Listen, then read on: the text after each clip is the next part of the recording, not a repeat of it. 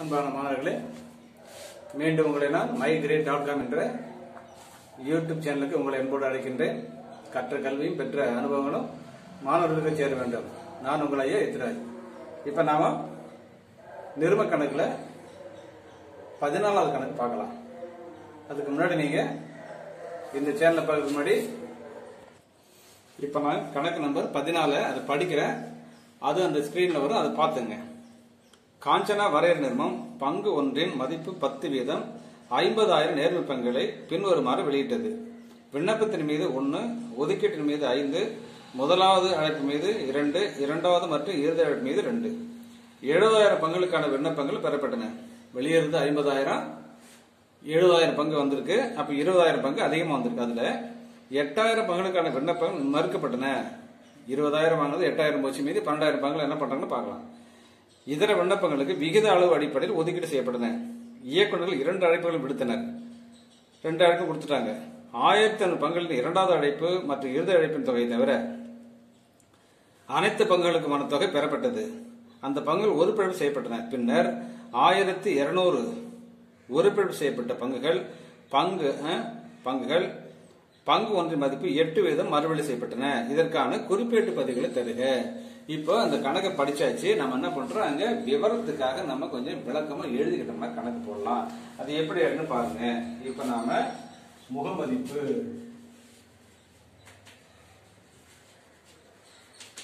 பத்து, வெளியிடும் பங்கு எத்தனை பங்கு வெளியிடுறாங்க? 50,000 பங்கு. பெற்ற விண்ணப்பம் 70,000. இதுல திருப்பியது எத்தனை பங்கு திருப்பி பாருங்க? 8,000 பங்குகள் திருப்பி அனுப்பிச்சாச்சு. அதுல இறுதி அழைப்பு செலுத்தாத பங்கு, இறுதி அழைப்பு செலுத்தாத பங்கு 1,500.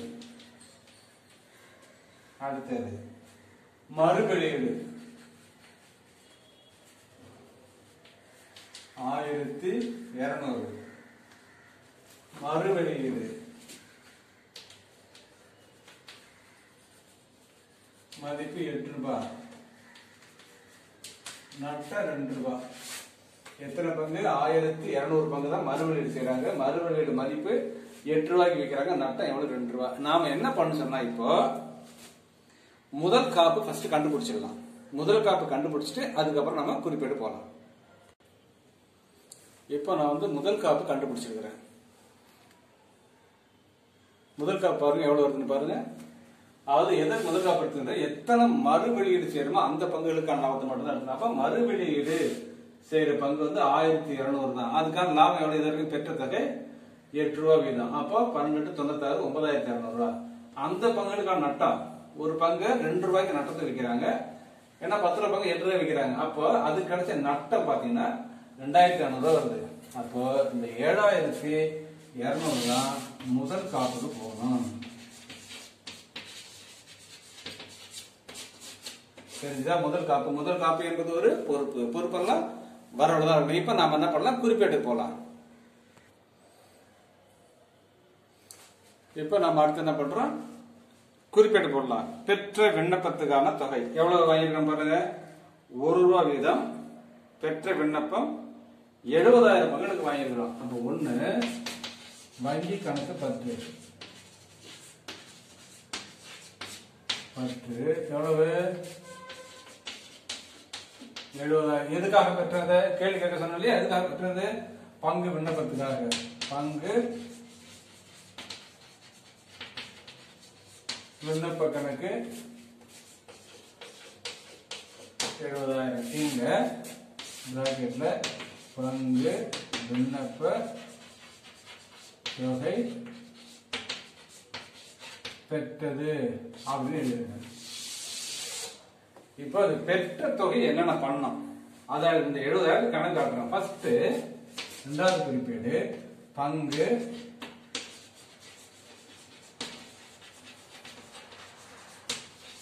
விண்ணப்ப கணக்கு பற்று எத்தனை பங்கு வெளியிடுறோம்?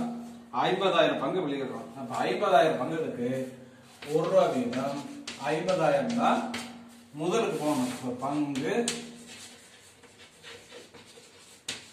முதல் கணக்கு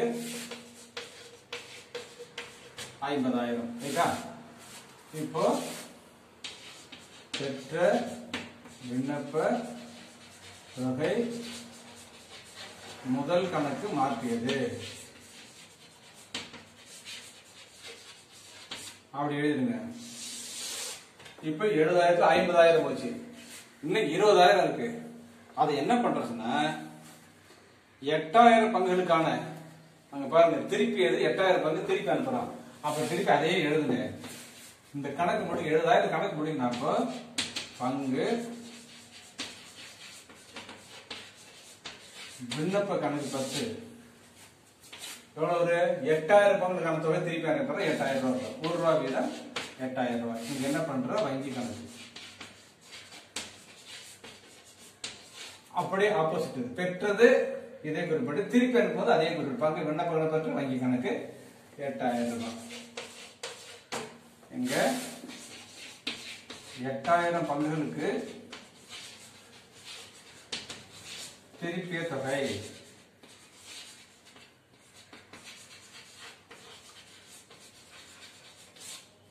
திருப்பிய தொகை. இப்ப இந்த கணக்கு முடிஞ்சிச்சு. இப்ப பாத்தீங்கன்னா இந்த 70,000த்துல 50,000 போச்சு, இங்க ஒரு 8,000 போச்சு, 58,000 போச்சு. மீதி எவ்வளவுன்னு பாருங்க, இன்னும் 12,000 ரூபாய் இருக்கு. அதான் என்ன பண்றோம், ஒதுக்கீட்டு சரி கட்டிக்கிறோம். அதுக்கான குறிப்பேடு அடுத்த குறிப்பிட கவனிங்க. இந்த 12,000 ரூபாய் நம்ம பண்றோம் ஒதுக்கீட்டு சரி கட்டிக்கிறோம். அப்ப என்ன பண்ணணும், பங்கு விண்ணப்ப கணக்கு பற்று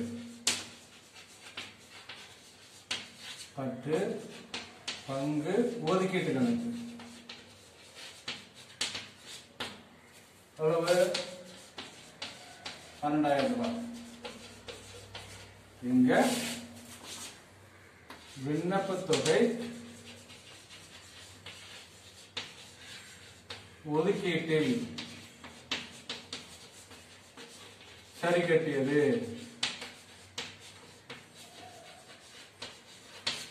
அப்படி எழுதுங்க. இப்ப நாம என்ன பண்றோம், இந்த விண்ணப்பம் பெற்றது அதுக்கான கணக்கை முடிச்சாச்சு. விண்ணப்பம் பெற்றது திருப்பி அனுப்பியதற்கு போட்டாச்சு. இப்ப அடுத்தது முதல் அழைப்பு பெற வேண்டியது எவ்வளவு? 5 ரூபாய் இல்லையா? ஒதுக்கீடு பெற வேண்டியது 5 ரூபாய். அப்போ பெற வேண்டியதுக்கு என்ன பண்றீங்க, பங்கு ஒதுக்கீட்டு கணக்கு பற்று. இங்க பங்கு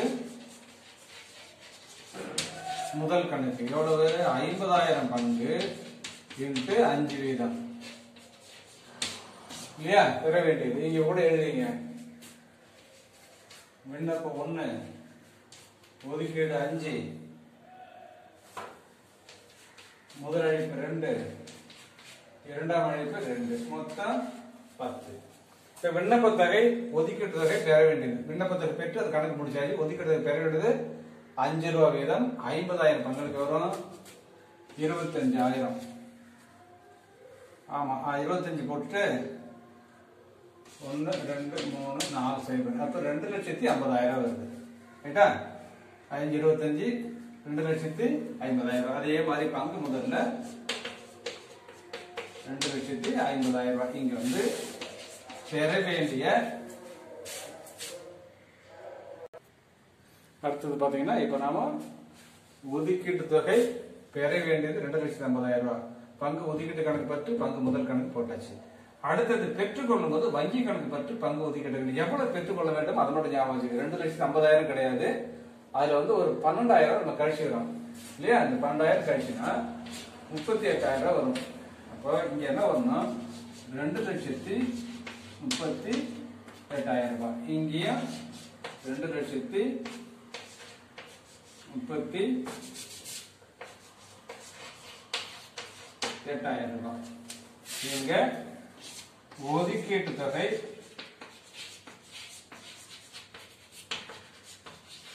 பெற்றது. புரிஞ்சுதா பாருங்க. இந்த இடத்துல நம்ம என்ன பண்றோம், இந்த 2,50,000ல 12,000 கழிச்சுக்கிறோம். ஏன்னு சொன்னா இந்த விண்ணப்ப தொகையை நாம என்ன பண்றோம், ஒதுக்கீட்டு சரி கட்டிருக்காங்க பாருங்க. இந்த 12,000 கழிச்சுக்கிட்டு தான் மீது வாங்கணும். வங்கி கணக்கு பற்றி எதுக்காக வாங்கினது, பங்கு ஒதுக்கீட்டு கணக்காக இல்லையா, அந்த கணக்கு முடிஞ்சது. அடுத்த குறிப்பேடு பங்கு முதலழைப்பு தொகை பெற வேண்டியதுக்காக. பெற வேண்டியதுலாம் சொத்து, அப்ப சொத்தெல்லாம் 10. பங்கு முதலழைப்பு கணக்கு 10. இங்க பங்கு முதல் கணக்கு எவ்வளவுன்னு சொன்னா 50,000 × 2 எவ்வளவு வரும், 1,00,000 வரும்.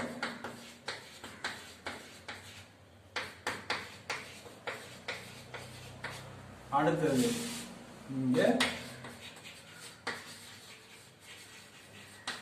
பெற வேண்டிய முதலழைப்புன்னு எழுதுங்க. அடுத்தது பெற்றுக் கொள்ளும் போது வங்கி கணக்கு 10. வங்கி கணக்கு 10 பங்கு முதலழைப்பு கணக்கு தெரியும் இல்லையா, நம்ம எல்லாம் எடுத்துக்காட்டு கணக்கு போட்டிருக்கிறோம். அதனால வங்கி கணக்கு 10 எதுக்காக பெற்றோம்னு ஒரு கேள்வி கேட்க சொன்னேன். பங்கு முதலழைப்பு தொகை எவ்வளவு, 1,00,000 தான். அப்படியே இதுல எந்த மாற்றமும் இல்லை, அதனால 1,00,000 அப்படியே போட்டுருங்க. இங்க பங்கு முதல் அழைப்பு பெற்றது, இது முடிஞ்சது. அடுத்த 2ஆம் அழைப்பு அல்லது இறுதி அழைப்பு பெற வேண்டியது பங்கு 2 மற்றும் இறுதி அழைப்பு கணக்கு 10 பங்கு முதல் கணக்கு இறுதி அழைப்பு எவ்வளவு, 2 ரூபாய் தான். அப்ப 2 ரூபாய் எவ்வளவு வரும், 50,000 × 2 1,00,000 தான் வரும். இங்கேயும் 1,00,000.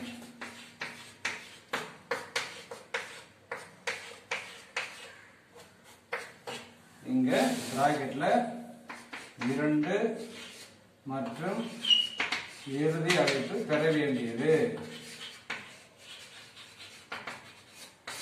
அப்படி எழுதுங்க. இப்ப இந்த கணக்கு நமக்கு புரிஞ்சுது. பெற வேண்டியது எவ்வளவு இருக்கு, 1,00,000 இருக்கு. இப்ப பெற்றுக்கொள்ளும் போது 1,500 பங்குகளுக்கான இறுதி அழைப்பு தொகை செலுத்தல. அப்ப 1,500 × 2 எவ்வளவு வரும், 3,000 ரூபாய் நம்ம கழிச்சுட்டு தான் ஆகணும். அது கணக்கான குறிப்பீடு போட்டு பார்க்கலாம். அடுத்த கணக்கு என்ன குறிப்பிட சொன்னா, 2ஆம் அழைப்பு மற்றும் இறுதி அழைப்பு பெற்றது. பெற வேண்டியது 1,00,000 ரூபாய். அதில் பெற்றுக்கொள்ளும் போது இறுதி அழைப்பு 1,500 பங்குகளுக்கான தொகை பெறல. அப்ப 1,500 × 2 எவ்வளவு வரும், 3,000 ரூபாய். பெற்றுக்கொள்ளும் போது வங்கி கணக்கு 10 பங்கு 2 மற்றும் இறுதி அழைப்பு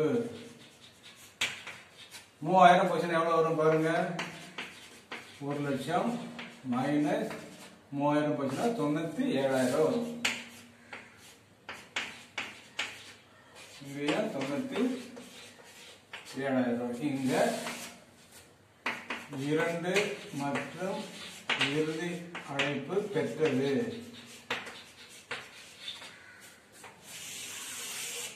இப்ப பெற்ற தொகை எவ்வளவு தெரியுதா, 1,00,000 பெறணும். ஆனா 1,500 பங்குகளுக்கான தொகை பெறப்படவில்லை. அழைப்பு செலுத்தாத பங்கு 1,500 × 2 பண்ணா 3,000. 3,000 மைனஸ் பண்ணதான் வாங்கணும். இப்ப அடுத்தது வரைக்கும் போட்டாச்சு. விண்ணப்ப கணக்கு போட்டாச்சு, ஒதுக்கீடு போட்டாச்சு, முதலழைப்பு 2ஆம் போட்டாச்சு. இப்ப என்ன பண்ணணும்னா, அடுத்தது ஒருங்கிணைப்பு செய்யற பங்குகள் பார்க்கணும். எத்தனை பங்கு ஒருங்கிணைப்பு செய்யறாங்க பாருங்க. 1,500 பங்குகளுக்கு 2வது மற்றும் இறுதி அழைப்பு தொகை தவிர அனைத்து பங்குகளின் தொகை பெறப்பட்டது. பங்குகள் அந்த பங்குகள் ஒருங்கிணைப்பு செய்யப்பட்டன. அப்ப 1,500 பங்குகள் ஒருங்கிணைப்பு செய்யறாங்க. அப்ப ஒருங்கிணைப்பு செய்யும் போது என்ன நமக்கு குறிப்பிட வரும்னு பார்க்கணும். ஃபர்ஸ்ட் நான் என்ன சொன்னேன், பறிமுதல் அல்லது ஒருங்கிணைப்பு செய்யும் போது முதல் கணக்கு 10 வைக்கணும். ஏன்னா முதல் தொகையை குறைக்கிறோம். எத்தனை பங்குகளுக்கு குறைக்கணும்னு பாருங்க. 1,500 பங்குகளுக்கான தொகையை குறைக்கிறோம். அப்போ பங்கு முதல் கணக்கு 1,500 × 10 எவ்வளவு வரும், 15,000 ரைட். இன்னும் பெற வேண்டியது எவ்வளவு பாருங்க. இதுக்கு அது எதை பெற வேண்டியது, இறுதி அழைப்பு தான் தரல. 2 மற்றும் இறுதி அழைப்பு எவ்வளவு பெற வேண்டியது, 2 ரூபாய் வீதம். 2 ரூபாய் வீதம் இன்னும் பெறாம இருக்கிறது எவ்வளவு, 15,000. 15,000 2000 போச்சுன்னா 13,000 ரூபாய். பெற வேண்டியது வந்து 2 ரூபாய் வீதம் 3000 வரும் இல்லையா? 1500 பங்குகளுக்கு 2 ரூபாய் தான் பெறல. அப்ப 1500 போட்டா 3000 வரும். நம்ம இது வரைக்கும் பெற்ற தொகை வந்து பாருங்க 8 ரூபாய் இப்ப பெற்றிருக்கிறோம் இல்லையா? அது நமக்கு லாபம் வரும். பங்கு ஒரு பிழப்புல பார்க்கணும். இப்ப பாத்தீங்கன்னா 15,000 பங்குகளுக்கு 8 ரூபாய் வீதம் இல்லையா? 1500 into 8 பாயிண்ட் போட்டீங்கன்னா 8 பாயிண்ட் 120 12,000 வந்துருக்காங்க. 12,000 நமக்கு இதுல லாபம். நீங்க என்ன பண்றீங்க? 1500 பங்கு ஒரு பிழப்பு செய்தது.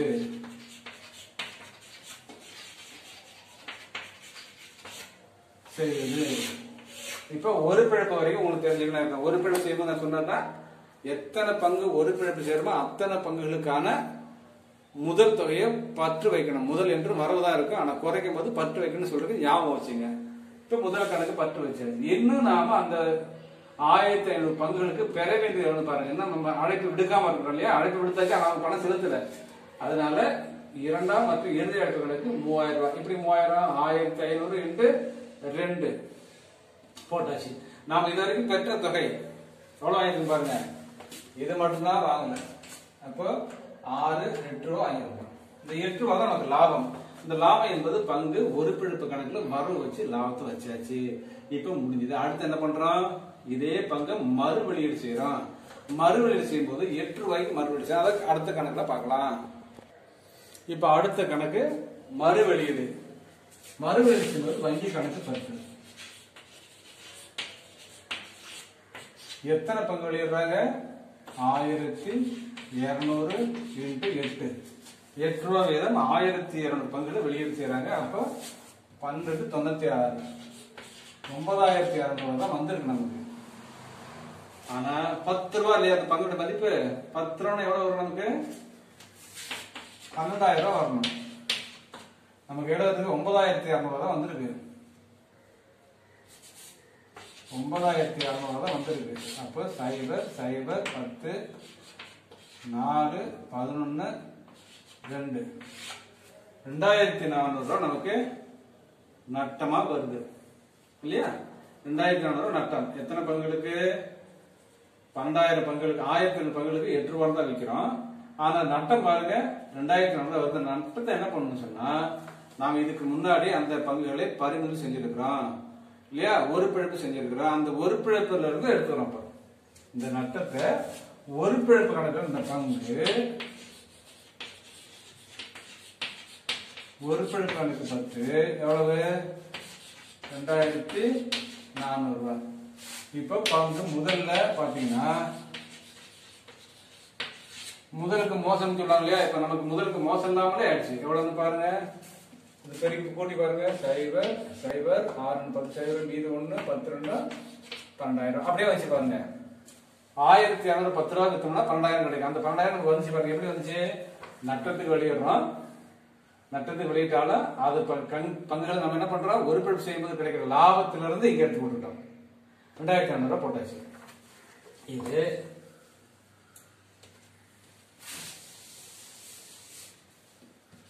நீங்க என்ன பண்றீங்க? 1,200 பங்குகளை 8 வீதம் மறு வெளியீடு செய்ததுன்னு எழுதிருக்கேன். ரைட்டா? இப்ப நம்ம என்ன பண்றோம்? எல்லாத்தையும் போட்டு வந்தாச்சு. மறு வெளியீடு வரைக்கும் போட்டாச்சு. அடுத்த கணக்கு ஒன்னே ஒண்ணு இருக்கு. முதல் காப்பு நம்ம வச்சிருக்கிறோம்.